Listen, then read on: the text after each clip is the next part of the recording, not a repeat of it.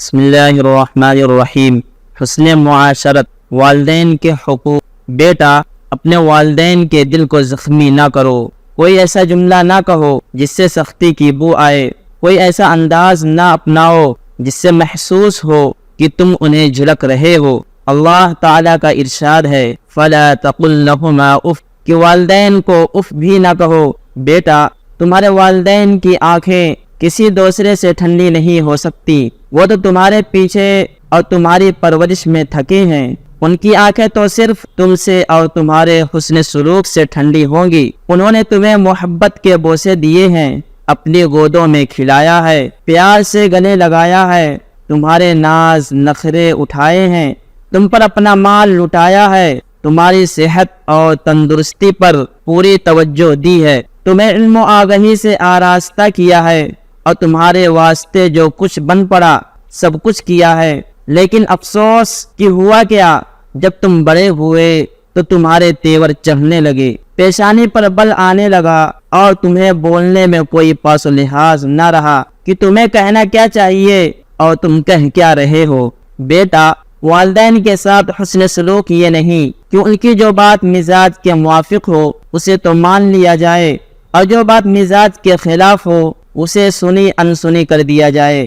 حسن سلوک کا حق تو تب ادا ہوگا جب اپنی مرضی اور نامرضی دونوں میں ان کی بات مانی جائے۔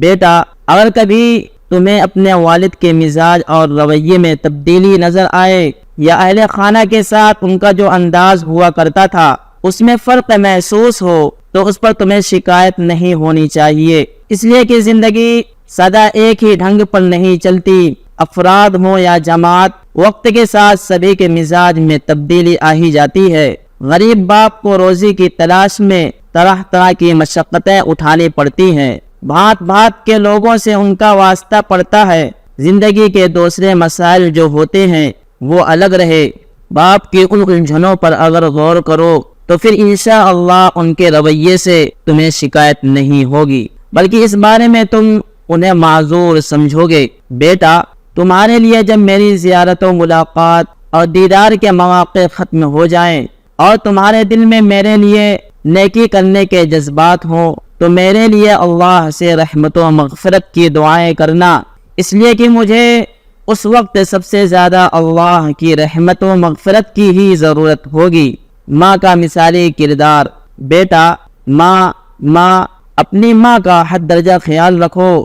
ماں کا آنچل ہی ہے جو بعد سموم کے گرم تھپیڑوں میں تمہارے لیے ٹھنڈی چھاؤں ہے، اور بعد سرسر کے سرد جھونکوں میں تمہارے لیے گرمائی کا سامان ہے۔ ماں ہی اندھیروں میں تمہارے لیے روشنی کی کرن ہے، اور مصیبتوں میں تمہارے لیے سب سے بڑی ڈھارس ہے، یعنی سہارا ہے۔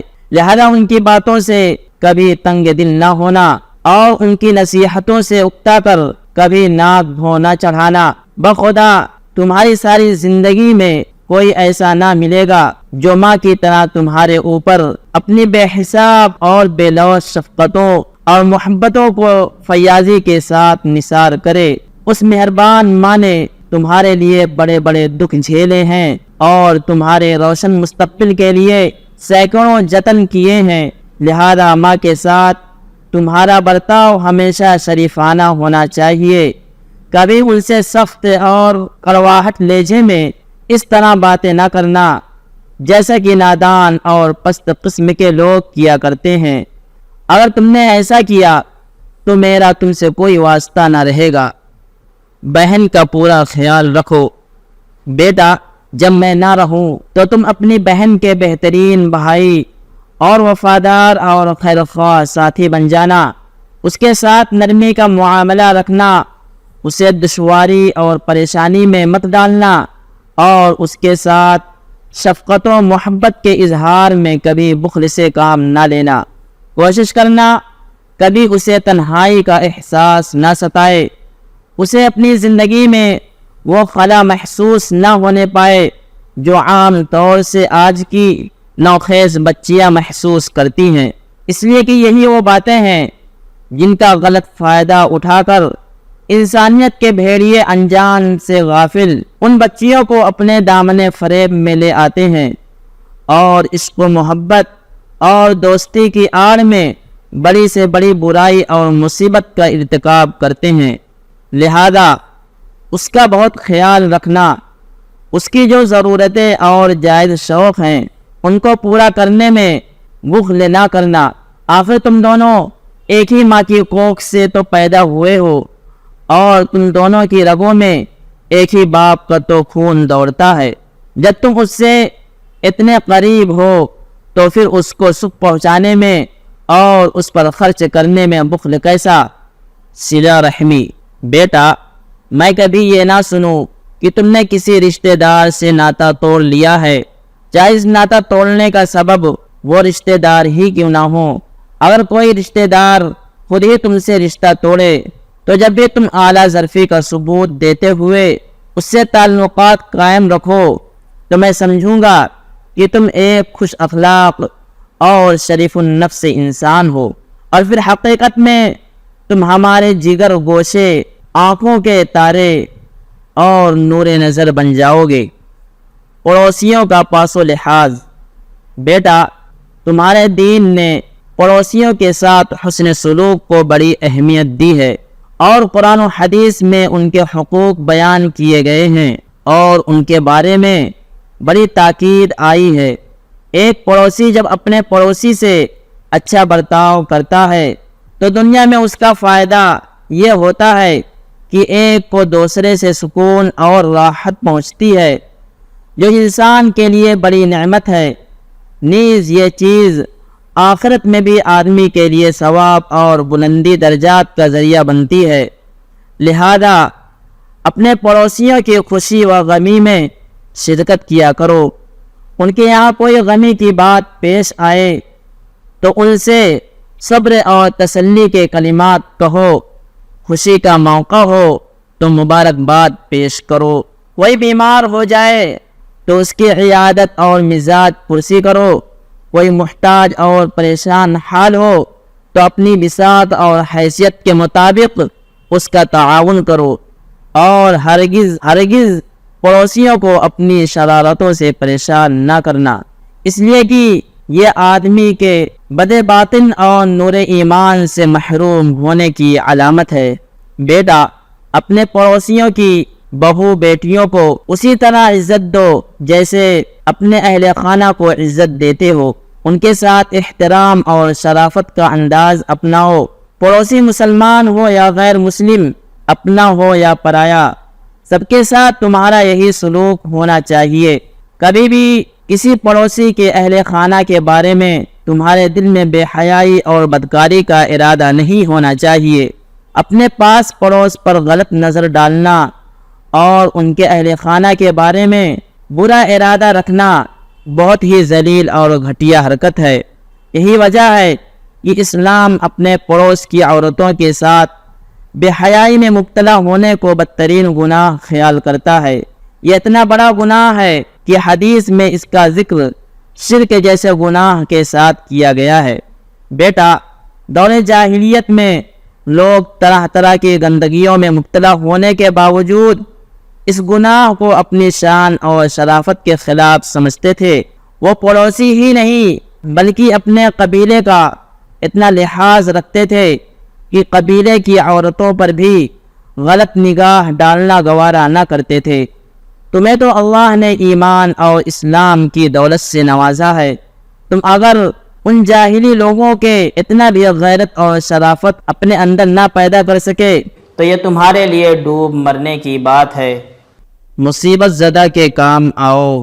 بیٹا، کوئی دکھوں کا مارا نظر آئے تو اس کے پاس جاؤ اور اس سے تسلی کی باتیں کہو، لیکن اس کی آہیں اگر بڑھتی ہی جائیں اور اس کے چہرے پر خوشی و مسکراہٹ لانے کی کوئی سبیل نظر نہ آئے تو پھر اس کے غم کا رخ آخرت کی طرف پھیر دو اور مصیبتوں پر صبر کا ثواب بتاؤ۔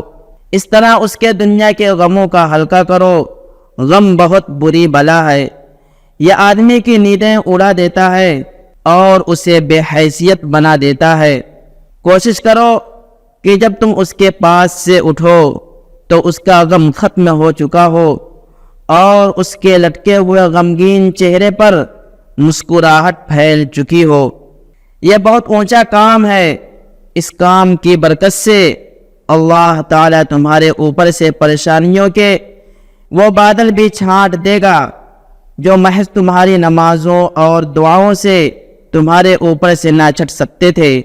کسی دکھیارے اور غموں کے مارے کے دکھ درد کو دور کرنے پر اللہ نے وہ عظیم اجر و ثواب رکھا ہے جسے بس وہی جانتا ہے، اس کے علاوہ کسی اور کو اس کی خبر نہیں ہے۔ بیٹا، کمزوروں پر رحم کرو، محتاجوں کے لیے سہارا بنو، یتیموں کے پاس جایا کرو۔ ان لوگوں کے بیچ رہنے سے تمہارے اندر ہمدردی، غمخواری اور شفقت و مہربانی کے جذبات پروان چڑھیں گے۔ اپنا کچھ وقت کمزوروں کے لیے خرچ کیا کرو، اپنی وسعت کے بقدر محتاجوں کی مدد کیا کرو، یتیموں کو سینے سے لگایا کرو، ان کے سر پر شفقت کا ہاتھ پھیرا کرو۔ جب وہ اپنی آنکھیں اٹھا کر تمہیں دیکھیں تو ان کی آنکھوں کو غور سے دیکھو اور ان کو پڑھنے کی کوشش کرو۔ برے دن، بیٹا، تمہاری زندگی کے سب سے برے دن وہ ہیں جن میں تم نے اپنے رب کی نافرمانی کی ہے، یا والدین کا دل دکھایا ہے، یا رشتہ ناتا توڑا ہے، یا کسی پر ظلم کیا ہے، یا کسی کے چھپے ہوئے عیبوں کو کھول کر اسے لوگوں کے سامنے رسوا کیا ہے، یا اپنے کسی بھائی کی چغلی کی ہے، یا کسی مسلمان کی تذلیل کی ہے، یا خیر کے کسی ایسے سلسلے کو روک دیا ہے جو پہلے سے جاری چلا آ رہا تھا۔ بے وقوف کے بجائے بے وقوفی کو شکست دو۔ بیٹا، اپنے کسی بھائی کو ایسے کام پر مجبور نہ کرو جس سے اسے تکلیف ہو۔ اسی طرح یہ بھی خیال رہے کہ تمہارے سبب سے اسے کوئی جانی یا مالی نقصان نہ پہنچے، خواہ اس میں غلطی اسی کی ہو، تمہارا کوئی بھی قصور نہ ہو۔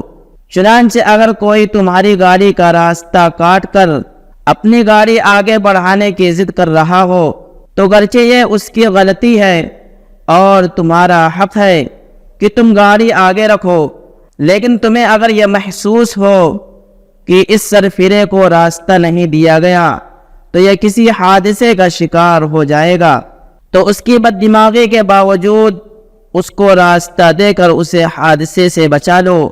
یہ نہیں ہونا چاہیے کہ تم بھی اپنی ضد پر آ جاؤ اور اس کی وجہ سے اس کو کوئی نقصان ہو جائے، اور اگر حادثے کا خطرہ نہ ہو تب بھی اسے آگے بڑھنے کے لیے راستہ دے دو، اس لیے کہ بھلا آدمی سنجیدہ ہوتا ہے، وہ دوسری گاڑیوں کے راستے نہیں کاٹتا اور نہ ہی الہڑ پن، ضد بازی اور غصے کا مظاہرہ کرتا ہے، اس لیے کہ یہ باتیں شریف لوگوں کو زیب نہیں دیتی۔ طرح طرح کے لوگ اور نت نئے مسائل۔ بیٹا، الگ الگ قسم کے لوگوں کے ساتھ اٹھنے بیٹھنے کے الگ الگ مسائل بھی ہیں۔ تعلیم یافتہ اور پڑھے لکھے لوگوں میں بیٹھو تو پریشانیاں اور ہیں، اور مزدور طبقہ کے لوگوں کے پاس بیٹھو تو اور، اسی طرح بوڑھوں اور لاچاروں کے پاس بیٹھو تو الجھنیں اور ہیں، اور مریض اور نادار لوگوں کے پاس بیٹھو تو اور، اسی طرح بچوں اور نوعمروں میں بیٹھو تو اس کی اپنی مشکلات ہیں۔ کبھی پڑھا لکھا انسان اپنی شاطر دماغی سے تمہیں ایسا شرمندہ کرے گا کہ تم نہ جائے مادن نہ پائے رفتن کی مشکل میں پھنس جاؤ گے۔ مجلس میں ٹھہرے تو سبکی اور بھاگیں تو رسوائی۔ کبھی مزدور آدمی تمہارے قریب ہوگا اور تمہارے پاس آ کر تمہارا سہارا لگا کر کھڑا ہو جائے گا اور اپنا سانس تمہارے منہ اور نرخرے کے پاس چھوڑ دے گا۔ اسی طرح کوئی بوڑھا کبھی تم کو گھیر کر بیٹھ جائے گا اور پھر دیر تک تم سے باتیں کرتا رہے گا۔ تم اوب جاؤ گے لیکن وہ بات کرنے سے نہیں اکتائے گا۔ اور کبھی کوئی محتاج یا فقیر تمہارے پیچھے پڑ کر اس طرح اپنی مانگیں رکھے گا کہ تمہارا اپنا توازن باقی نہ رہ سکے گا۔ اور مریض کبھی اپنی بیماری کی وہ باتیں سنائے گا جس کا سننا تمہارے لیے سخت ناگوار خاطر ہوگا، اور کبھی کوئی بچہ تم سے ایسی بات پوچھ لے گا کہ تم اچھی خاصی الجھن میں پڑ جاؤ گے، خواہ اس وجہ سے کہ بات تمہیں معلوم نہیں ہوگی یا معلوم تو ہوگی مگر بچوں سے کہنے کی نہ ہوگی۔ بیٹا، ان بھات کے لوگوں کو برداشت کرنے کے لیے زبردست صبر و تحمل، کامل درجے کی انسانیت و شرافت اور اعلیٰ درجے کی وسعت قلبی اور بردباری کی ضرورت ہوگی۔ سبحان ربک رب العزت عما یصفون وسلام علی المرسلین والحمد للہ رب العالمین۔